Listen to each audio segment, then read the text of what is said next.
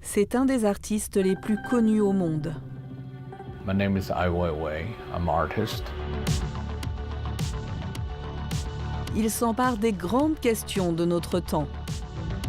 I think we can do a lot if we open our heart, if we understand philosophically what refugee is about. C'est le plus célèbre dissident chinois. You're not allowed to talk. I'm on probation. Harcelé par la police qui a détruit son studio à Shanghai, il a été incarcéré avant d'être contraint à quitter son pays car il se sentait menacé. I just have a book come out, 1000 years of joys and sorrows. Ses mémoires racontent la vie de son père, la sienne et 100 ans d'histoire de Chine. Vous êtes ici en France parce que vos mémoires ont été traduites en français. Vous avez décidé de les écrire pour votre fils quand vous étiez détenu par les autorités chinoises en 2011. Pourquoi cette décision ? Quand on m'a dit que je pourrais rester emprisonné pendant plus de 10 ans, une question urgente s'est posée à moi. Et mon fils. Quand je sortirai, il ne me reconnaîtra pas et il ne saura pas véritablement ce qui m'est arrivé, ni à son grand-père. Donc je me suis dit, si je sors, il faut que j'écrive pour laisser une trace. À l'image de cette cellule qu'il a lui-même recréée, Ai Weiwei a été détenu dans une prison chinoise pendant 81 jours en 2011 avec 2 gardes pour le surveiller jour et nuit. Pendant ce temps, le monde entier protestait pour obtenir votre libération. Mais vous ne le saviez pas. Comment avez-vous géré cette situation ? Vous ne pouvez rien faire. Il n'y a pas d'avocat. Vous ne pouvez pas appeler votre famille pour leur dire où vous êtes. Je me suis dit, je suis entre leurs mains. Ils peuvent faire de moi ce qu'ils veulent. À votre avis, pourquoi les autorités chinoises ont-elles peur de vous et peur de l'art ? C'est une bonne question. En Chine, il n'y a pas de voix discordante. C'est le silence total. Donc quand quelqu'un se fait entendre, c'est forcément perçu comme une voix qui s'érige contre les règles. Ils en ont peur. Des voix comme la mienne qui sont subversives. Parce que je n'ai pas peur et que beaucoup de gens écoutent.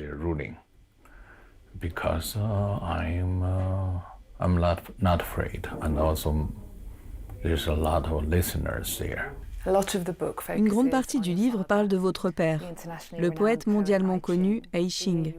L'année de votre naissance, il a été banni et envoyé en Petite Sibérie. Vous avez grandi en exil, avez vécu dans une tranchée. Votre père a été contraint aux travaux forcés. Il lui fallait porter un bonnet d'âne, nettoyer les toilettes publiques. Il n'avait pas le droit de lire ou d'écrire. Il a dû brûler ses livres. Quel effet est-ce que ça a eu sur vous ?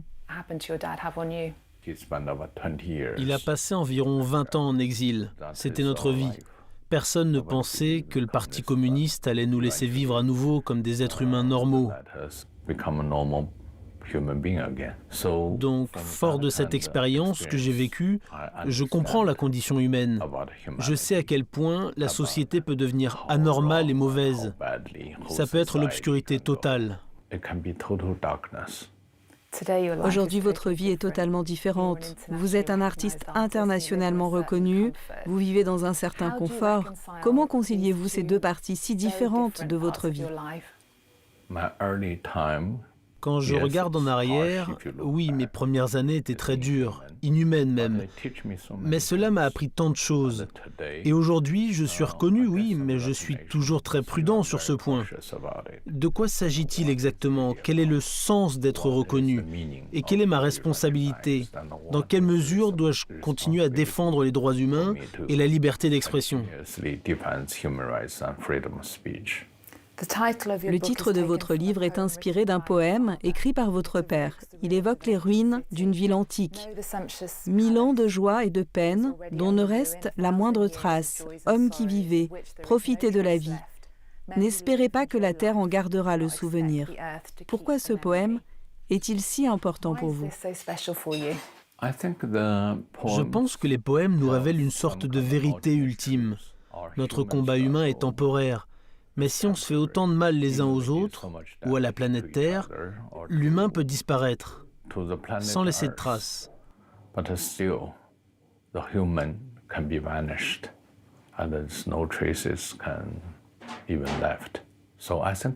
Je pense que c'est une leçon importante, que notre vie est précieuse et pas éternelle. Donc il faut trouver un moyen de lui donner du sens. Quand la Chine s'est ouverte dans les années 80, vous êtes allé vivre à New York où vous avez vécu pendant 12 ans. Comment cette expérience a-t-elle changé votre vision du monde? J'étais excité, mais j'ai également perdu mes illusions sur l'Occident, sur le capitalisme extrême et son mode de vie effréné. Je cherchais une destination après avoir quitté la Chine, mais je n'ai pas eu l'impression d'appartenir à cette société. Donc je suis redevenu solitaire. Vous êtes-vous senti plus libre? La liberté est un mot souvent utilisé. Oui, vous êtes libre. Il n'y a pas de police qui vous recherche. Vous pouvez voir qui vous voulez, les gens s'en fichent. Mais le fait que les gens s'en fichent, c'est ça le problème. Les gens sont complètement isolés et tout le monde s'en fiche. Vous étiez à New York en 1989 quand se sont produites les manifestations de la place Tiananmen. Dans votre livre, vous écrivez « Les jeunes gens en Chine aujourd'hui ne savent rien du tout des manifestations étudiantes de la place Tiananmen en 1989. Et s'ils en savaient quelque chose, ils s'en moqueraient sans doute parce qu'ils apprennent la soumission avant même d'avoir acquis la faculté de douter et de discuter des idées reçues. Comment les Chinois ont réussi à effacer cette mémoire ? » Je pense que le gouvernement chinois est celui qui réussit le mieux à falsifier l'histoire, à cacher les faits ou effacer des preuves. C'est ce qu'ils font depuis des décennies. Avec des films sur le sort des réfugiés, mais aussi sur la pandémie de Covid-19, le travail d'Ai Weiwei est devenu une quête de vérité et de liberté. En 2008, il s'est donné pour mission d'identifier plus de 5000 enfants morts dans le tremblement de terre du Sichuan. Vous dites que c'est à ce moment-là que d'artiste, vous êtes devenu militant. Quel regard portez-vous sur ce double engagement ?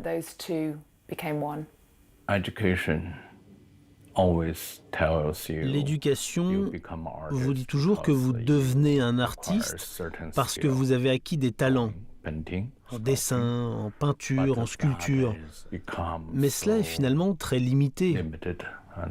Ça ne sert que vous. Mais quand j'ai réalisé qu'en faisant entendre ma voix, je servais le public, alors j'ai compris que mon talent était bien plus puissant pour me battre et pour défendre la justice. Par exemple, vous appelez à la libération de Julian Assange depuis longtemps.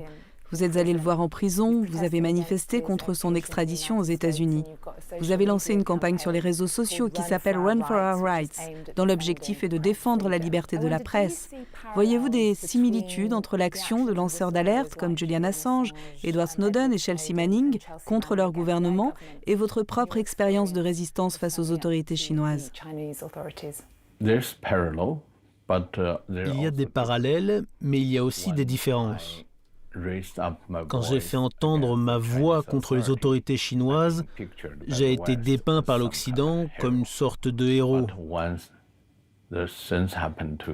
Alors que Julian Assange, Edward Snowden ou Chelsea Manning ont été décrits comme des criminels, alors qu'ils sont allés jusqu'à sacrifier leur vie en quelque sorte pour fournir des informations cruciales sur les crimes des gouvernements occidentaux.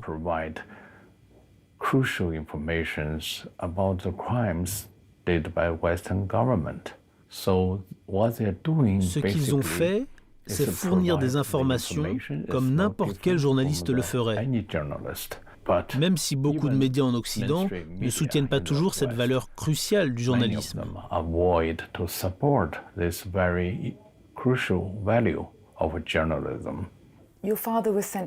Votre père a été envoyé dans un camp de travail dans la région du Xinjiang, là où aujourd'hui les Ouïghours sont envoyés dans des camps de travail. Certains pays occidentaux ont appelé cela un génocide. Quelle est la responsabilité de l'Occident quant aux droits de l'homme en Chine ? L'Occident doit considérer les droits de l'homme comme la seule valeur qu'un État, une religion ou une idéologie doit protéger et les défendre sans jamais trouver d'excuse de ne pas le faire. L'Occident a deux poids, deux mesures et sélectionne ses causes en fonction de ce qui pourrait lui servir.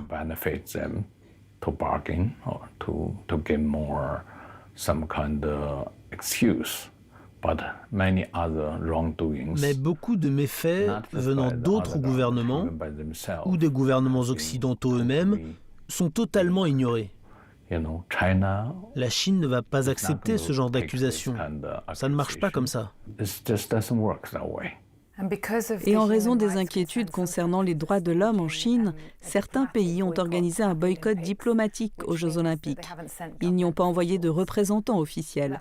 Cela fait-il une différence? Les athlètes devraient-ils boycotter aussi? L'Occident aurait-il dû faire plus pour empêcher ces Jeux de se tenir? Pendant quelques jours, on va parler de ça, mais on sait tous que la Chine a le soutien de l'Occident. Simplement parce qu'à travers la mondialisation, l'Occident voit la Chine comme une source de profit.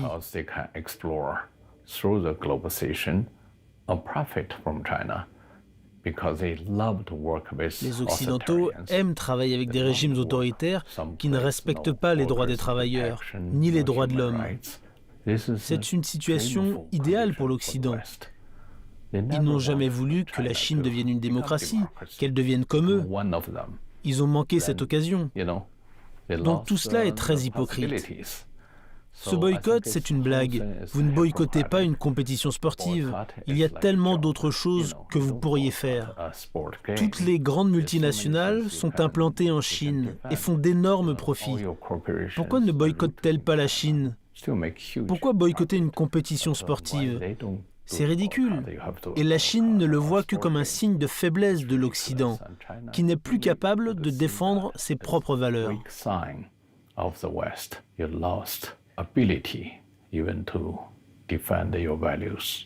Il y a aussi la question de la gestion du Covid au JO.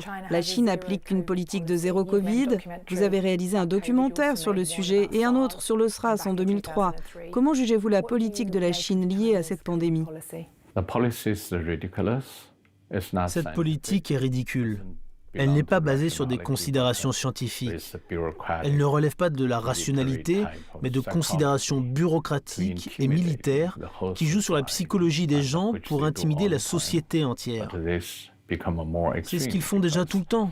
Mais là, c'est devenu plus extrême, car ils contrôlent les données personnelles de tout le monde et surveillent tout. Donc vous n'êtes plus un être humain, mais une espèce que l'on peut contrôler. Some kind of controllable species.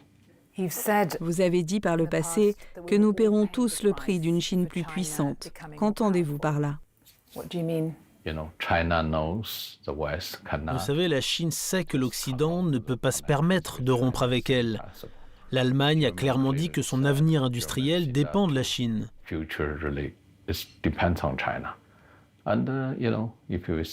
La France, le Royaume-Uni, leurs officiels, quand ils vont en Chine, on voit bien à quel point ils aiment lécher les bottes de l'empereur pour décrocher des contrats, vendre des avions de combat ou quoi que ce soit. Mais la Chine est tellement plus forte à ce jeu, le jeu de l'argent. La Chine est riche, puissante. Elle peut prendre des décisions rapidement. Ah ouais. Aujourd'hui, vous vivez en exil au Portugal. Vous avez quitté votre pays quand votre passeport vous a été rendu en 2015. Vous n'avez pas été banni. Vous y retournerez? J'ai toujours envie de retourner en Chine. Je peux rentrer demain si je veux. Mais je ne pourrai jamais être sûr de pouvoir sortir à nouveau. Vous pourriez ne plus jamais entendre parler de moi. Comme une étoile dans le ciel ou un arbre dans un champ, il m'a aidé à piloter ma barque dans une direction qui était totalement mienne. C'est ce que vous écrivez au sujet de votre père. Qu'aurait-il pensé de votre succès? Je ne pense pas que mon père s'en serait soucié. Il pourrait même ne pas aimer mes œuvres d'art. Mais cela n'est pas grave. Nous sommes les représentants de deux générations très différentes qui doivent faire face à des problèmes très différents. Ce livre est dédié à votre fils. Qu'est-ce que vous imaginez pour lui? Davantage de joie ou de peine? Mon fils a eu 13 ans il y a quelques jours. Il déborde d'énergie, il est optimiste, a des opinions sur ce qui l'entoure, ce qui me rend très heureux. Mais ça ne m'empêchera pas de m'inquiéter. Même s'il grandit aussi dans un monde très différent du mien ou de celui de son grand-père. Ai Weiwei, merci beaucoup. Thank you. Merci.